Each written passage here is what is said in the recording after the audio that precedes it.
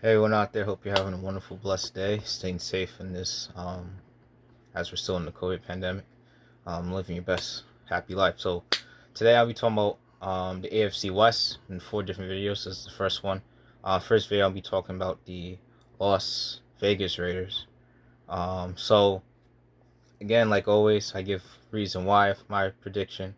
I base my videos based off Adam Rick's um, following how Adam Rick went through his schedule and his prediction 3 months ago with the NFL season, that I make my own decision on the games. I think based on how the team would do, based on my own opinion, based on what I saw for him. Um, Give you reason why. Explain my bold prediction after the team last year, if it overlaps to this year, and then give you my bold prediction this year. So Adam Rink 3 months ago, like I said, he had the Las Vegas Raiders going 9-8. I have them going 5-12. Reasons why? I think the team made, excuse me, I think the team made improvements, especially on the defensive side of the ball. Um, but I think this team, I just have the feeling that after looking at the roster and kind of seeing the offseason, some of the playoff games, I think this team is still a bit of um, on paper there's a lot of potential, but I kind of need to see it work. Henry Ruggs was um, not as productive as I thought he would do last season, so see if he can step up this year. You lose Nelson Aguilar, which people may not view as the greatest wide receiver, but he is a deep threat, and he was very productive for the Raiders last season, along with Tyrell Williams, I think, who left the team, if I'm correct. Which I think he got injured last year, if I'm correct. But he lost some wide receiver weapons, I'm pretty much saying, from last year. Darren Waller comes back. Um, Expect him to be as productive, but pretty much I think this defense is better than the offense, in my opinion. Offensive line, he traded a big piece of the offensive line, Rodney Hudson, to Arizona Cardinals, so I think that's a big piece that he kind of let go. Um,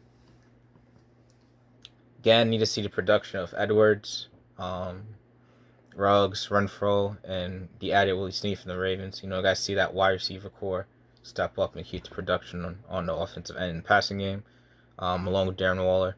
And yeah, pretty much like I said, this team is, to me, still, I see more potential, and I kind of just need to see it done on the field before I kind of go against my record predicted for them.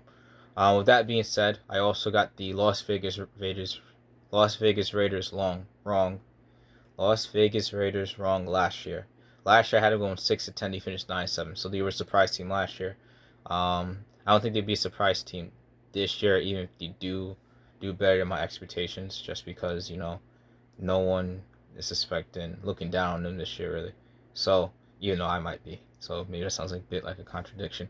Um, Also, I just think this is not just for the Las Vegas Raiders. This is pretty much every team outside of the Kansas City Chiefs.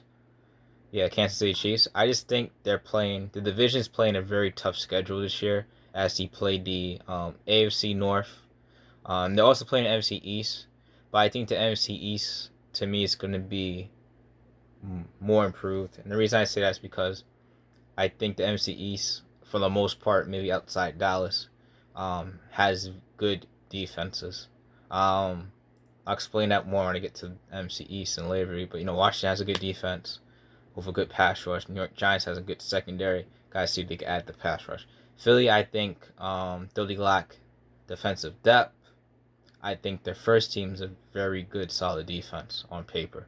And Dallas, we gotta see what they put together. But I think offensively, Dallas has enough weapons to slow down a team that lacks offensive firepower, or like if you're not a complete team offensive defense, I think Dallas could beat you. So I don't think that these other teams in the AFC West, the Raiders, which I'm talking about in this video, I'll talk about in the next couple of videos, Chargers and Broncos. I don't think I think you have to kind of play a perfect game to beat those NFC East teams, if I'm being honest. So yeah, that's pretty much it. My bold prediction for them last year was that they was gonna miss the playoffs. In 2020 season, which he did, which I was correct on that, and I also thought he was gonna miss the playoffs this year. So that's to be determined. Which goes into my bold prediction this year that they're gonna miss the playoffs this year. That's one. Since I had that prediction last year, I try to add another one. So if that's not bold enough for you, then miss the playoffs this year. My other bold prediction is that Derek Carr, this may not be that bold, but I think Derek Carr throws under 30 plus touchdowns, which means he's going to throw under 30 touchdowns, and I think he throws 10 plus picks, which, 10 picks may not be a lot, but I think he's going to be in double digits and interceptions and under 30 touchdowns this year. So that's pretty much it for the Las Vegas Raiders for me. I will say before I end the video that their ceiling to me is about 10 wins. I think they could flip the losses I have to them to Philly. I think they could flip against Washington. I think they could flip against New York Giants. I pretty much think they could flip against the entire NFC East, like I said. Though I think the NFC East is going to be much improved, and that's why I have them losing those games. And another team I can see them flip is Chicago because whether it's Andy Dalton or Justin Fields, I think because their defense to me on paper is better than the offense, and I think the offense has potential. I think they could flip that loss and catch the Chicago Bears. So ceiling's 10 wins to me, but I have them finishing 5-12. So that's my prediction for them. Hope everyone stays safe. Have a blessed day, and like always, if you have a comment, if you're a Las Vegas Raiders fan, don't be afraid to leave it down below. Just be respectful of me as I'm respectful of you, and keep doing good in oral, guys. Have a blessed day.